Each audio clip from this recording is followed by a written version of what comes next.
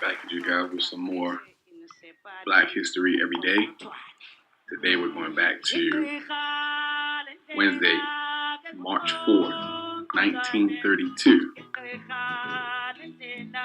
Zenzi Miriam Makeba, Empress of African Song, is born. Also known as Mama Africa because of her political position that she took and her activism against apartheid in South Africa. So I'll go ahead and get right into it. So man has had a very long life, full of activity, activism, songs, concerts, tours, and things like that. There's a lot of information on this lady, so I won't be able to fit everything in, but this is a paraphrased version of her life. And as usual, I'll put links so you guys could do more research on your own on Ms. Makeba in your leisure. So I'll get started. South African singer and political activist Miriam Makeba is a preeminent chronicler of the Black South African experience. In a career spanning more than 3 decades, she has established herself as a powerful voice in the fight against apartheid, which is the practice of political, economic, and social oppression along racial lines, often referred to as Mother Africa and the Empress of African Song. Makeba is credited with bringing the rhythmic and spiritual sounds of Africa to the West. Her music is a soulful mix of jazz, blues, and traditional African folklore songs, shaded with potent political overtones. Using music as a primary form for her social concerns, the singer became a lasting symbol in the fight for racial equality and a strong voice for the struggle against AIDS. And just to take note, guys, African Americans, Black Americans, we're not the only oppressed, or haven't been the only oppressed, subjugated, or disenfranchised Africans in the world. Africa has gone through and is still going through some of the worst mistreatment by colonization and colonialism that has ever happened to anybody. So we're going to have as many people over there fighting for their freedom the same way we fought for ours over here. If only we could find a way to unite with each other to become a stronger force, ending the subjugation of all Africans worldwide. That would be something great. But continuing on, forced into exile from her native country in 1960, Makeba used her stature to speak out against apartheid. Such efforts earned her the title Mama Africa, and she became an enduring symbol for the fight for equality, or rather in the fight for equality. In 1991, following the 1990 prison release of Nelson Mandela, Makeba triumphantly returned to South Africa, settling in the city of Johannesburg. Since then, she has served as a spiritual mother and inspiration to numerous South African musicians and remains committed to social change within the country. South Africa, despite the dissolution of the apartheid regime and the creation of a new democracy, continues to face racial tensions, economic hardships, a high rate of crime, and a rising AIDS epidemic, all of which count among Makeba's primary concerns. In 1995, she founded her own charitable organization designed to help protect the women and young girls of her homeland. Now again, apartheid, the institutionalized practice of political, economic, and social oppression along racial lines. Basically, what apartheid is the African version of Jim Crow. For the most part, slavery / Jim Crow, because the treatment that the Africans receive in their own native land is horrible. It's horrible the way they're treated, the way colonialism, European, and also Asian people confiscating land that belongs to these people through political trickery. Listen, their subjugation hasn't ended. They say apartheid ended, just like they said slavery in America ended. And then we got 100 more years of Jim Crow. And now what do we have now? Because the subjugation hasn't ended. But in any event, just look at apartheid in that fashion. A little bit of American slavery mixed in with some Jim Crow. Just think about it like that. Born in Johannesburg. And also, let me add one more thing. Remember, we were taken from Africa and brought here to a new land, completely out of our element. Right? And had these things put onto us. Africa was invaded. These people took over Africa and then forced them into this oppressive state. Think about that. And it still continues to this day, for the most part. Born in Johannesburg, Makeba was forced to find employment as a child after the death of her father. She had a brief and allegedly abusive first marriage at the age of 17. She gave birth to her only child in 1950, as well as surviving an episode of cancer. Her talent for singing had been remarked upon when she was a child, and she began singing professionally in the 1950s with the Cuban Brothers, the Manhattan Brothers, and the all-woman group, the Skylarks, performing a mixture of jazz, traditional African melodies, and popular music from the West. In 1959, Makeba had a brief role in the anti-apartheid film Come Back Africa, which brought her international attention and led to her traveling to perform in Venice, London, and New York. In London, she met Harry Belafonte, who would become a mentor and colleague. She moved to New York City, where she became immediately popular and recorded her first solo album in 1960. However, when she tried to return to South Africa for her mother's funeral in the same year, she found out her passport had been canceled by the government, preventing her from returning home. See, that's white supremacy hard at work. Hard at work. Her career in the U.S. flourished, and she released several songs and albums, including Pata Pata, 1967, her most popular recording. Along with Belafonte, she received a Grammy Award for her 1966 album, An Evening with Belafonte. Makeba became involved with the civil rights movement against racial segregation in the U.S. and testified before the United Nations, asking for economic sanctions against the apartheid government. She married Black Panther Stokely Carmichael in 1968. As a result, she lost support among white Americans and faced hostility from the U.S. government, leading her and Carmichael to move to Guinea. She continued to perform mostly in African countries, including at several celebrations of independence, and began to write and perform more explicitly political music critical of the apartheid regime, such as Soweto Blues, written in 1977 about the Soweto uprising by her former husband, Hugh Makeba. I'm not going to try to pronounce it again. But I find it interesting that she came to America, that the African government, well, not the African government, but her passport was basically cut off. She couldn't go back home. And I just find it strange that your white Americans supported her in her music and what she was talking about ending apartheid in South Africa. They supported that, right?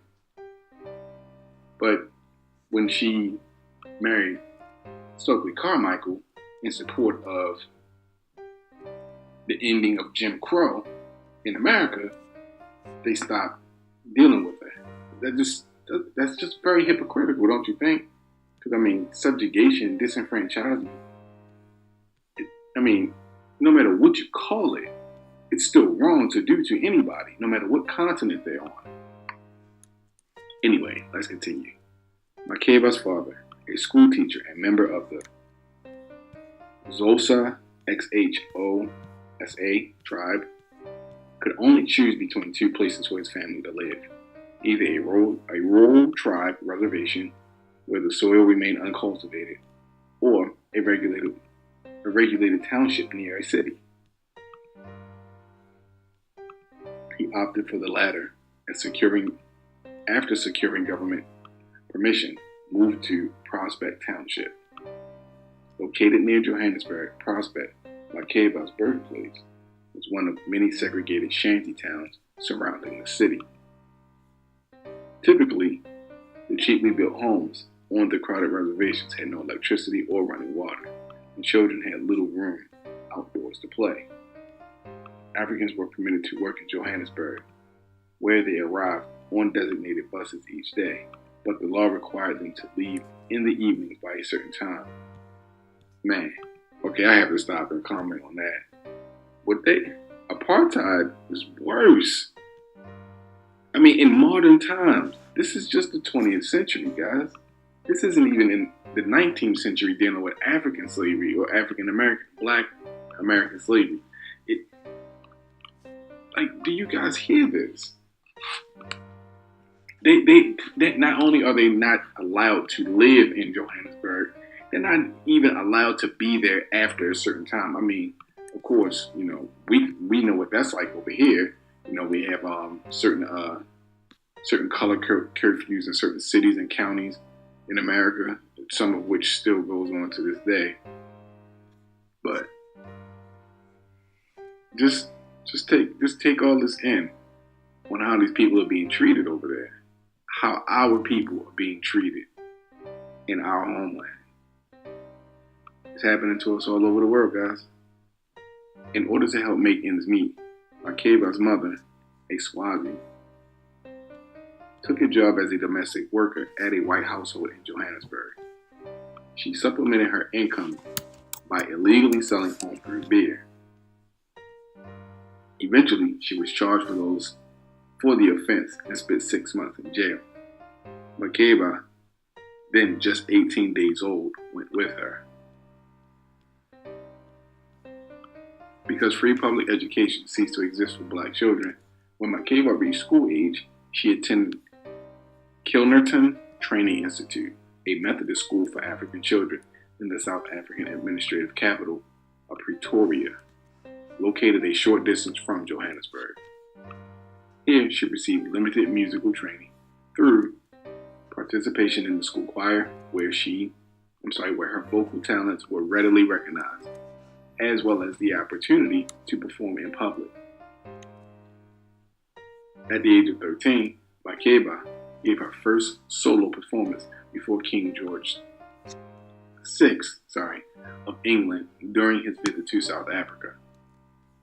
Makeba first captured international attention with her role in the pseudo-documentary Come Back Africa, a controversial anti-apartheid film released in 1959.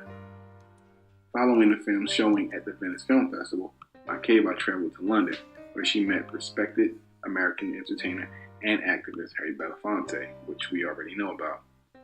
Impressed with her unique and profound renderings of native folk songs, he served as her mentor and promoter in the United States, arranging gigs for her in the New York City clubs and a guest spot on The Steve Allen Show.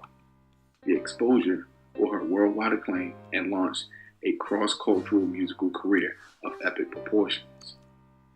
Makeba began her professional musical career with the Cuban Brothers, with whom she sang covers of American popular songs, which we already know about the Cuban Brothers. Soon afterward, at the age of 21, she joined the South African jazz group, the Manhattan Brothers, who sang a mixture of South African songs and songs from popular American groups. She also joined the all-women's group, the Skylarks, that we already know, but what we didn't know was they were previously known as the Sunbeams, singing a blend of jazz and traditional melodies of South Africa. Makeba sang with the Skylarks when the Manhattan Brothers were traveling abroad, though she would eventually travel with them as well. While with the Skylarks, Makeba sang along Zimbabwean musician Dorothy Masuka, whose music Makeba had followed, along with that of Dali Rathebe. Several of the Skylark's pieces from this period became popular. The musical historian Rob Allingham would describe the group as real trendsetters with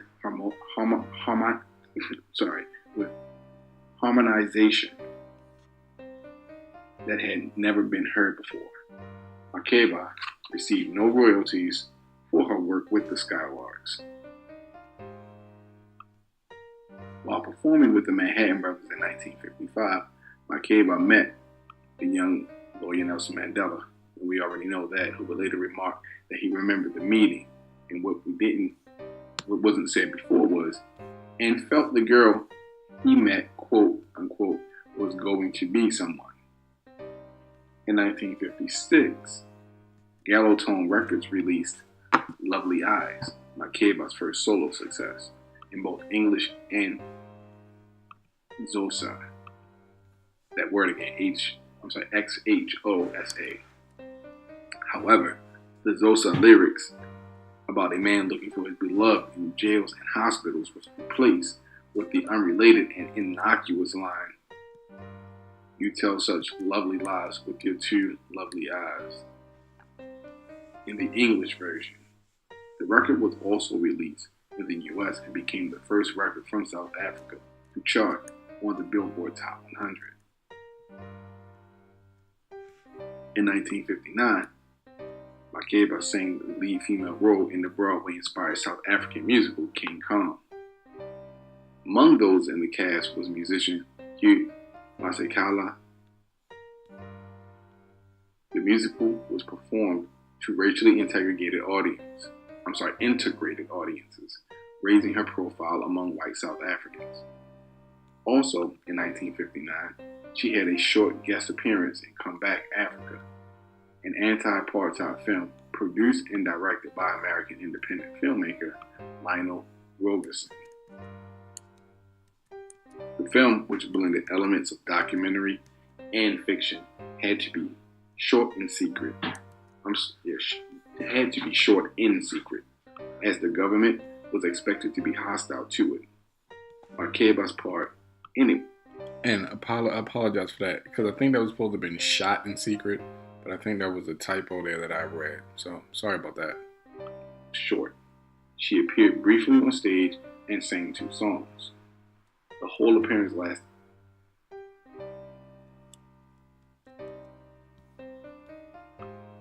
4 minutes. The cameo made an enormous impression on the viewers, and Robertson managed to organize a visa for her to attend the premiere of the film at the 24th Venice Film Festival in Italy, where the film won prestigious Critics Award. King Kong was forced to play before separate black and white audiences, and performances for Africans were usually given in difficult circumstances.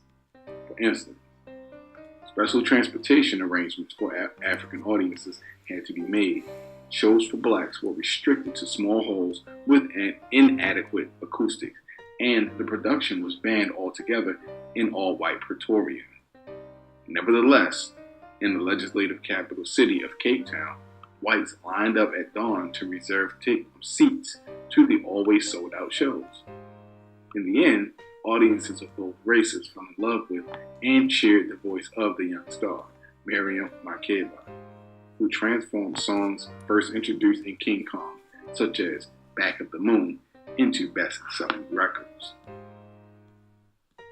Perhaps the biggest blow to Makeba's career came with her 1968 marriage to American black activist Stokely Carmichael.